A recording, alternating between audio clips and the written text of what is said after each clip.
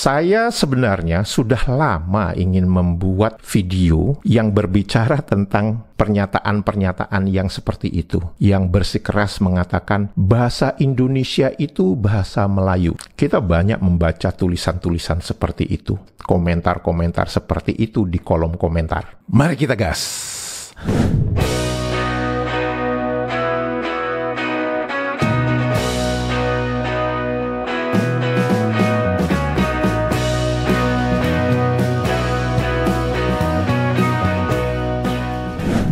Halo, apa kabar semuanya teman-teman? Semoga kita semua dalam keadaan sehat walafiat. Amin ya robbal alamin. Selamat datang di kanal ini, kanal yang berbicara tentang perbandingan kosakata menurut Kamus Besar Bahasa Indonesia dan Kamus Bahasa Indonesia versi Malaysia. Semoga informasi tersebut bermanfaat untuk warganet Indonesia. English hospital, Malaysia hospital, Indonesia rumah sakit. Baru ku tahu rumah itu sakit. English principal, Malaysia pengetua, Indonesia kepala sekolah. English grandpa, Malaysia atuk, Indonesia apa? Apa? Kakek. Ini paling lawa.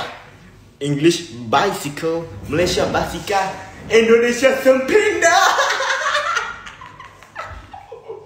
Teman-teman, video kali ini agak sedikit berbeda, di mana saya tidak akan berbicara tentang perbandingan kosakata. Meskipun di dalam prolog di awal video ini saya menyatakan kita berbicara tentang perbandingan kosakata. Namun, saya ingin berbicara tentang sesuatu yang sangat pokok, yang sangat mendasar. Di mana di dalam video saya sebelumnya, mungkin beberapa bulan yang lalu, saya pernah mengatakan bahwa ketika adanya Sumpah Pemuda tahun 1928, Indonesia memilih bahasa Melayu sebagai dasar untuk membuat bahasa Indonesia. Dan bahasa Melayu yang dipilih ketika itu adalah bahasa Melayu yang dipertuturkan di Riau. Saat itu saya memberikan alasan mengapa pemuda-pemuda yang berkumpul melakukan Kongres Sumpah Pemuda itu memilih bahasa Melayu yang dipertuturkan di Riau, bukan yang dipertuturkan di tanah semenanjung Melayu. Itu sederhana saja, jarak. Dan satu lagi, penjajah kita berbeda. Kita dijajah oleh Belanda, mereka dijajah oleh Inggris. Kemudian, jadi tidak mungkin pemuda yang berkumpul pada Kongres Sumpah Pemuda 1928 itu memilih bahasa Melayu yang dipertuturkan di tanah semenanjung. Itu tidak mungkin. Maka yang digunakan adalah bahasa Melayu yang berasal dari Riau. Bahkan kalau kita bicara tentang fakta sejarah, pahlawan bahasa Melayu di Riau yang menjadi cikal bakal bahasa Indonesia itu adalah Raja Ali Haji. Makam beliau ada di Pulau Penyengat, Provinsi Kepulauan Riau, Indonesia. Raja Ali Haji bukan pahlawan tanah semenanjung. Jadi Raja Ali Haji itu adalah pahlawan nasional Indonesia. Oleh karena itu, saya mengatakan bahwa bahasa Melayu yang dipilih sebagai cikal bakal bahasa Indonesia itu adalah yang berasal dari Melayu Riau. Nah, apa yang terjadi setelah itu? Kita membaca banyak komentar dari warganet sebelah, di mana komentarnya itu menurut saya mencoba kembali ke zaman tahun 1928, di mana mereka mengatakan bahasa Indonesia itu bahasa Melayu. Kita banyak membaca tulisan-tulisan seperti itu, komentar-komentar seperti itu di kolom komentar. Saya sebenarnya sudah lama ingin membuat video yang berbicara tentang pernyataan-pernyataan yang seperti itu, yang bersikeras mengatakan bahasa Indonesia itu asalnya dari bahasa Melayu. Padahal berkali-kali saya katakan, rakyat Indonesia tidak pernah menidakkan bahwa asal muasal bahasa Indonesia itu adalah bahasa Melayu. Itu dipegang dulu. Tetapi menyamakan bahasa Melayu dengan bahasa Indonesia sekarang itu adalah suatu tindakan yang naif. Kalau saya tidak boleh mengatakan bodoh. Bahkan ada yang lebih bersikeras mengatakan bahasa Indonesia itu tidak ada. Yang mereka gunakan itu adalah bahasa Melayu. Nah, ini adalah tahap kebodohan yang lebih di atas, yaitu bebal. Mengapa saya katakan itu bebal? Saya ingin membuat suatu analogi sederhana di mana kepada semua yang masih mempunyai akal sehat, waras, akan menerima contoh analogi hubungan bahasa Melayu dengan bahasa Indonesia. Sejak COVID, karena COVID itu, waktu itu kan kita harus tinggal di dalam rumah ya, jadi semua aktivitas itu harus di dalam rumah. Akhirnya saya belajar membuat roti ciabatta. Bahan-bahan dari roti ciabatta itu adalah tepung, air tentunya, ragi atau yeast dalam bahasa Inggris, olive oil atau minyak zaitun, kemudian garam. Apa proses yang harus dilakukan untuk membuat roti ciabatta? Pertama, Anda masukkan air ke dalam baskom atau ke dalam tempat adonan, kemudian Anda masukkan ragi atau yeast. Setelah Anda masukkan dua bahan itu, Anda aduk baik menggunakan sendok atau sendok kayu. Sebaiknya menggunakan sendok kayu. Anda aduk sampai Anda tidak melihat butiran ragi. Artinya apa? Adukannya itu sudah bagus dan warna airnya tentu akan berubah karena sudah ada unsur ragi. Anda tidak melihat butir raginya lagi. Setelah itu Anda masukkan minyak zaitun atau olive oil. Kita tahu bahwa air dengan minyak itu tidak mungkin menyatu, betul? Tapi begitu kita masukkan minyak zaitun ke dalam air yang sudah ada raginya tadi, itu kita aduk lagi. Kita aduk lagi dan nanti kita akan melihat ada beberapa bagian yang di mana bagian minyak itu tidak menyatu dengan air. Tapi itu sebenarnya bagus. Tidak menyatunya air dengan minyak tadi itu justru akan membuat bagus tekstur roti ciabatta itu nantinya. Di dalam baskom tadi atau di dalam tempat adonan tadi, Anda sudah ada air yang sudah diaduk dengan ragi dan sudah diaduk dengan minyak zaitun. Proses berikutnya, tepung ya. Tepung itu sebagai salah satu bahan pembuat roti. Kemudian garam Anda masukkan ke dalam tepung itu, Anda aduk dulu. Jadi tepung dan garam diaduk dulu sampai Anda tidak bisa melihat lagi butiran garam di dalam tepung tadi. Setelah adonan tepung dengan garam tadi selesai, Anda masukkan ke dalam air yang sudah ada ragi tadi, yang sudah ada minyak zaitun tadi. Begitu Anda masukkan, kemudian Anda aduk lagi, harus dipastikan ketika mengaduk itu, tepungnya itu menjadi basah semua. Tidak ada bagian yang kering. Sampai tahap ini, apakah Anda bisa membedakan mana yang ragi, mana yang minyak zaitun, mana yang garam? Apakah Anda bisa membedakan? Tidak, Anda sudah tidak bisa membedakan. Semuanya itu menyatu dalam bentuk bagian yang basah, di mana kita tahu di bagian yang basah itu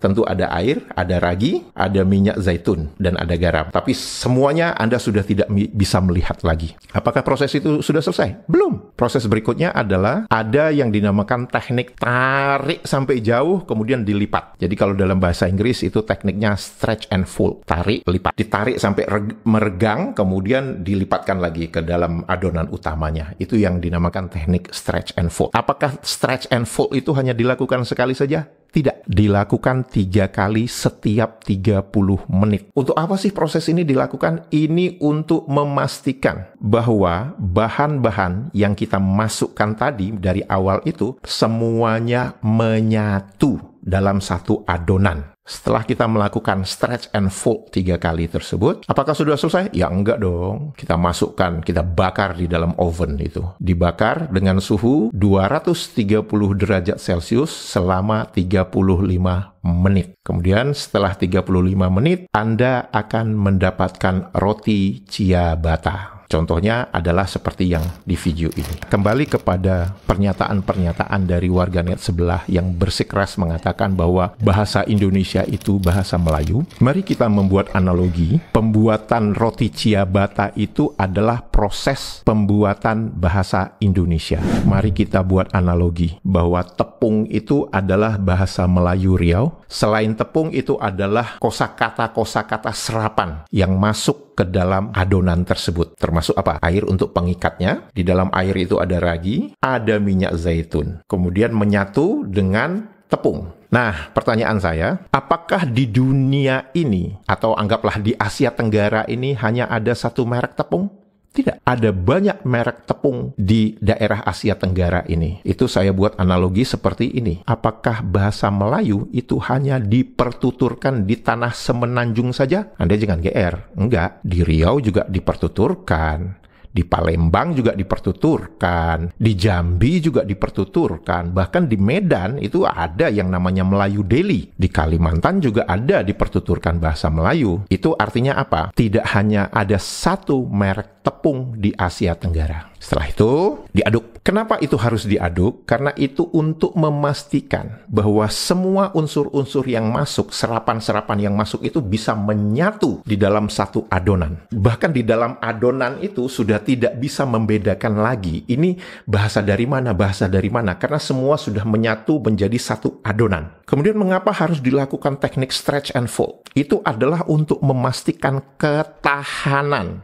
persatuan dari adonan itu sendiri. Apakah adonan itu betul-betul sudah menyatu? Kalau saya tarik sejauh-jauhnya, kemudian begitu mereka sudah hampir lepas, kita balikin lagi, masukin lagi ke dalam adonan yang utama. Itu untuk memastikan kekuatan dari adonan itu. Tahap terakhirnya tentu adalah dimasukkan ke dalam oven atau dibakar. 230 derajat Celcius, 35 menit. Itu apa? Itu adalah kita ingin melihat bagaimana adonan yang sudah menyatu itu bereaksi ketika dibakar. Apakah mereka kuat atau tidak? Apakah mereka jadi cerai-berai setelah dibakar itu atau tidak? Pertanyaan saya. Dengan semua proses itu, apakah kita bisa mengatakan roti ciabatta itu sama dengan tepung? Hanya orang waham, hanya orang bebal saja yang tetap mengatakan bahwa roti ciabatta itu sama dengan tepung. Kepada mereka yang masih bersikeras mengatakan bahwa bahasa Indonesia itu adalah bahasa Melayu, itu sama aja Anda ingin mengatakan roti ciabatta itu sama dengan tepung.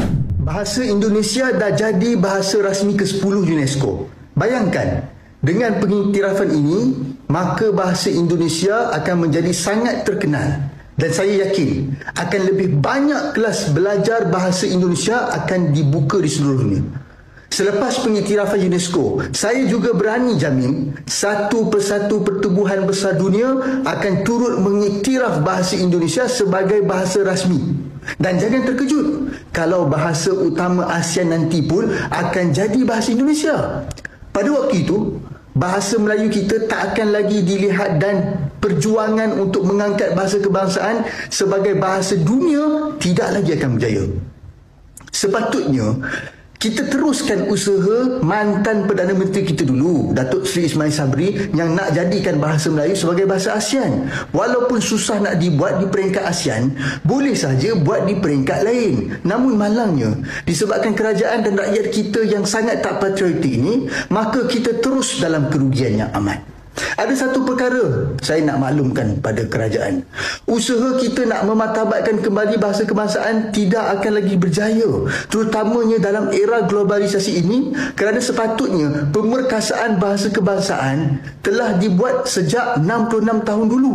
Namun disebabkan Perdana Menteri pertama Tunku seorang yang berjiwa Inggeris dan tidak ada kemampuan mentadbir, maka 66 tahun kita sengsara dengan identiti negara bangsa.